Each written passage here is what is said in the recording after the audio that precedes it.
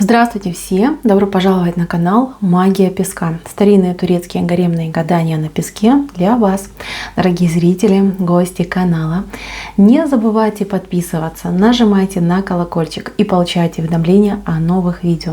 Огромное спасибо заранее за ваши лайки, за ваши хорошие добрые комментарии, за ваши донаты. Мои дорогие, прошу за вас Всевышнего, чтобы вам послали в 1000, в миллион раз больше, чем вы помогаете мне, моему каналу. Мои милые, спасибо, спасибо, спасибо. Тема сегодняшней отсыпочки звучит так. Какое счастье ждет вас завтра?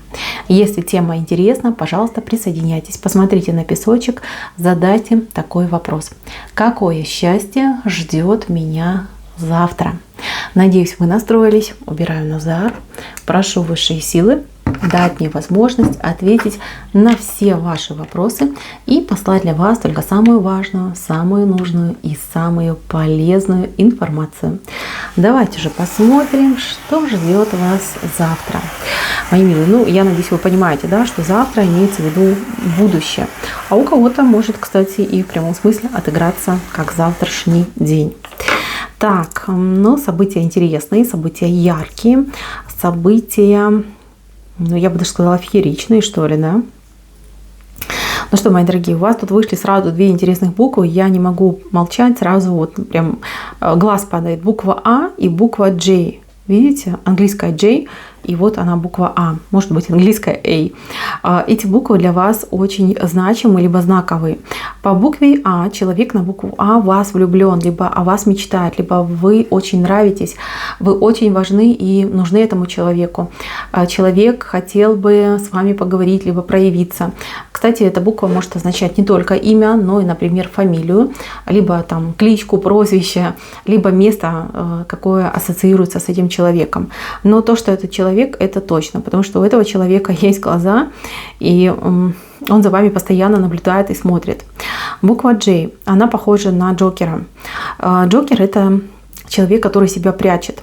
А может быть имя человека на букву J, либо пишется с буквой J. Смотрите, этот человек о себе очень мало либо говорит, либо мало себя показывает. Этот человек за вами также наблюдает, и этот человек на вас надеется, о вас мечтает, и о вас он видит сны. Но человек предпочитает быть вот таким вот Джокером, да, оставаться в тени, быть инкогнито. Что же он тут делает, да, если он инкогнито? А я вам скажу, вы о нем узнаете. Либо вам кто-то расскажет, что знаешь, есть человек, думает о тебе, нравишься ты, расспрашивала о тебе, интересуется тобой. Либо этот человек может вам просто банально присниться. Во сне вы можете увидеть этого человека. Либо человек попросится в ваш какой-нибудь, я не знаю, блог, да, либо в социальную сеть. Случайно, я знакомых, на самом деле у человека к вам очень глубинный интерес идет. Этот человек думает о том, как бы к вам проявиться, либо как себя обозначить. Человек, кстати, может быть и знакомый вам, но человек скрывает свои чувства, эмоции. Но при этом он всегда старается быть рядом, всегда старается быть, чтобы вы были в поле его зрения. При возможности он к вам подходит, пытается, до вас дотронуться, как-то хотя бы, духами вашими подышать, что-то ваше в руках подержать, да, либо как-то с вами лишний раз за руку поздороваться. Человек, который вас любит. По-другому не скажешь. Он вас любит, но он скрывает свои чувства. Может быть, у человека ограничения. Может быть, человек не совсем уверен, примите либо не примите.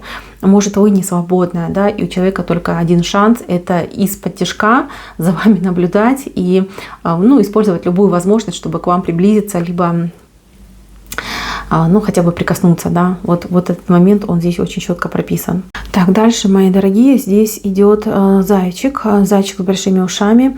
Это переживание и какая-то неуверенность. Зайчики, они обычно пугливые. Что-то вас может напугать, что-то может вас обеспокоить, но вы не зайчик, вы очень сильная, мощная женщина, да, либо мужчина. Вы не должны бояться, вы должны верить в себя, в свои силы, в свои способности и в свой интеллект, как хотите. Эти аспекты, они важны. И не надо быть зайчиком, будьте лучше волком. Не показывайте своих страхов, не показывайте, что кто-то сильнее либо важнее, чем вы. Знаете, вы личность, причем личность неординарная, но личность очень скромная, либо вас так воспитали, что вы очень скромный человек, либо внутренний такой позыв, да, к чистоте и к скромности у вас есть. Не надо показывать себя зайчиком. Я вас умоляю, лучше будьте нейтральным человеком, чем показывать себя зайчиком и опускаться до эмоций зайчика. Так, здесь у вас два человека, которые друг за другом наблюдают. Смотрите, с одной стороны дельфин, а с другой стороны такой, знаете, я не знаю, рыбка, да? Рыбка тоже дельфин. Хотя нет, дельфины у нас не рыбка, это млекопитающее. Смотрите, я думаю, что тут какая-то пикировка, какая-то игра. Может быть, это ваш супруг, либо ваш парень. И здесь я вижу, что вы будете заигрывать, а человек как будто бы обиделся. Такое тоже иногда бывает в паре. Да? Вот у вас желание примириться, а человек тоже желает примириться, но он пылает каким-то гневом, причем праведным. Где-то вы его задели, где-то вы его зацепили. Может быть, поставили под сомнение его какие-то качества, либо достоинства. Поэтому человек немножечко вот так себя ведет. Вы не думайте, вы не переживайте, дайте время ему соскучиться и остыть. Человек на самом деле тоже в вас нуждается, но вот обида, она пока еще гложет сердце. Так, здесь еще один человек. Смотрите, может быть, вы, кстати, кому-то приревновали, либо там, я не знаю, мама, другая женщина, и человек как бы ни в чем не виноват, и из-за этого обиделся. Вы будьте аккуратнее, потому что вот та особа, которую вы приревновали, она что-то может затевать, не самое хорошее по отношению к вам. То есть либо воспользоваться этой ситуацией, чтобы перетянуть этого человека к себе и сказать: вот видишь, вот эта твоя женщина, она как бы нехорошая, либо она тебя не любит, либо она тебя не ценит. А вот я там всегда welcome, да, распростертые объятия. Так, прямо если вы будете понимать, что такое происходит, вы сразу блокируете, отключаете эту женщину, будь то другая женщина-соперница, либо мама, вот прям как хотите. Потому что мужчина сейчас не в лучшей форме, и он может назло вам совершить какой-то акт возмездия, да, то есть какую-то иллюстрацию совершить, которая может повлиять дальше на ваше будущее, на ваши отношения. Он это будет делать не потому, что ему так хочется, либо его тянет, а потому что, чтобы вам доказать что-то, либо вас, может быть, даже банально наказать этим. Мои милые, что-то вы где-то палку перегнули, и он обиделся, действительно обиделся. Может, вы понимаете, о чем я говорю, а может и нет. Поверьте, вот что-то было в ваших словах, либо в ваших действиях, то, что его повергло в шок и в обиду. То есть как будто бы он считает, что он прав. Может быть, так и есть. Так, у вас тут кошачья лапка вышла. Слушайте, прям прекрасно. Очень... В этом положении очень хороший знак, говорит о том, что вас отведут от каких-то неприятностей. Кошечка вообще у нас... я кошачью лапку читаю по турецким правилам. В Турции многие люди считают, что кошечки – это священные животные. Кошечка, она всегда рядом с пророком Мухаммедом, и она имеет доступ к Аллаху, и она может ему порекомендовать человека, хороший человек, либо плохой человек.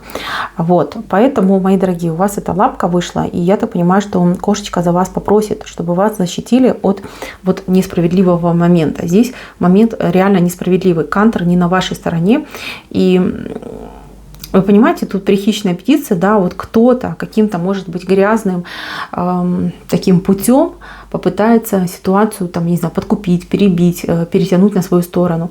Но вмешательство высших сил по этой лапке все поставит на свои места.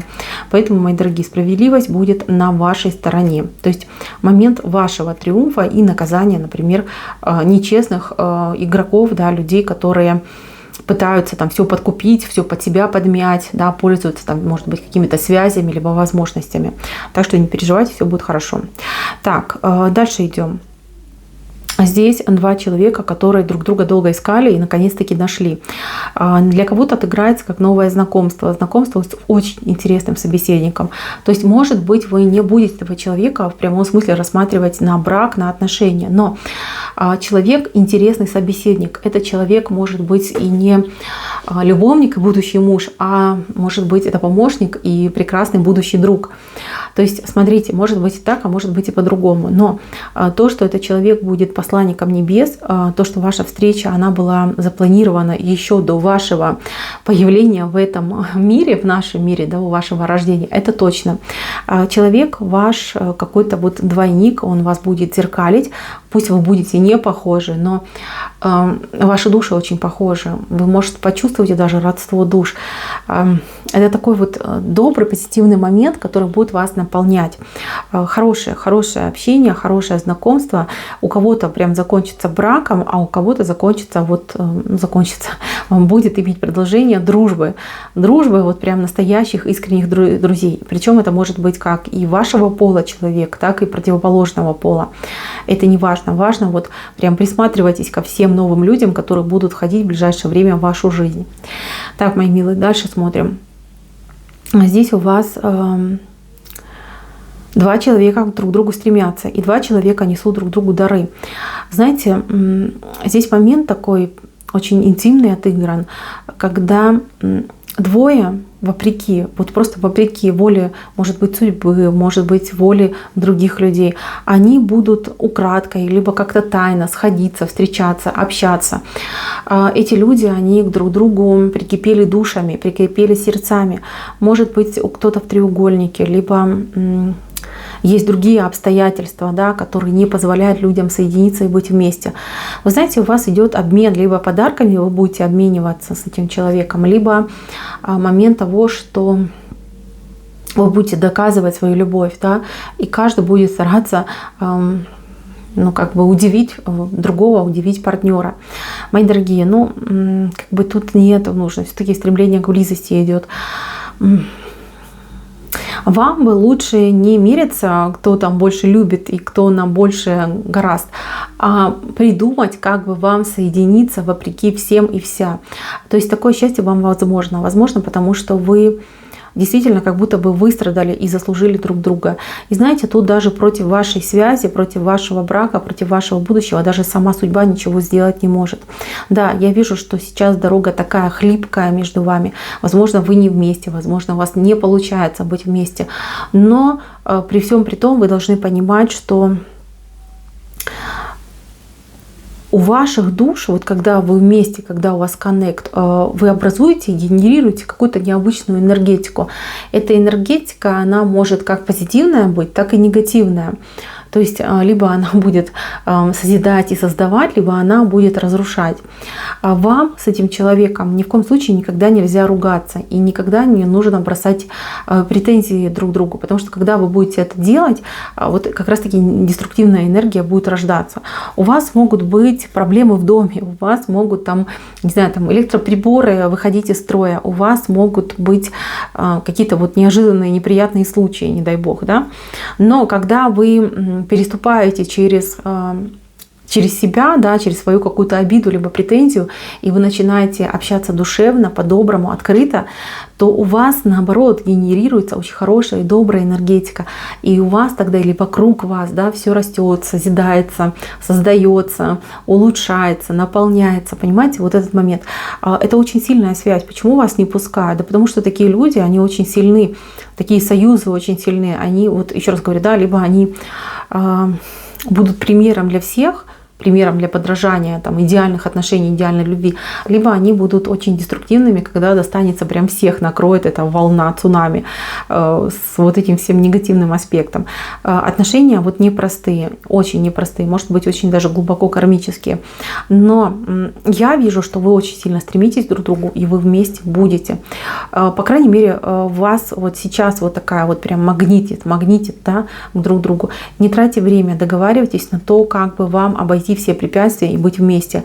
То есть то, что вы любите, то, что вас любят, это бесспорно. Лучше вот созидайте, включайте свою энергетику и созидайте на новую жизнь, на ваше собственное гнездышко, на ваш кораблик любви, где вы сможете быть вместе. Вот туда концентрируйтесь и генерируйте туда идеи и возможности. Дальше. Здесь у нас дом вышел, дом, и всходит солнце. Очень хороший знак, знак того, что над вашим домом будет светить солнце, что беды, неприятности, опасности вас обойдут. Да, вот ходит вор возле вашего дома. Это может быть как в прямом смысле вор, так и мошенник, так и лихой человек. Но вот эти солнечные лучи, они освещают этого вора, да, и он остается, вернее, он не может остаться незамеченным. И его пугает это солнце, видите, и он начинает уходить. И это очень хорошо. Мои милые, я вижу, что ваш дом хранят и берегут, и вместе с вашим домом хранят и берегут вас, вашу семью, ваших близких. Пусть так и будет, пусть все самое лучшее и прекрасное в вашей жизни поскорее случится и отыграется. На этом у меня все. Огромное спасибо вам за ваше внимание. Всех люблю, всем пока-пока.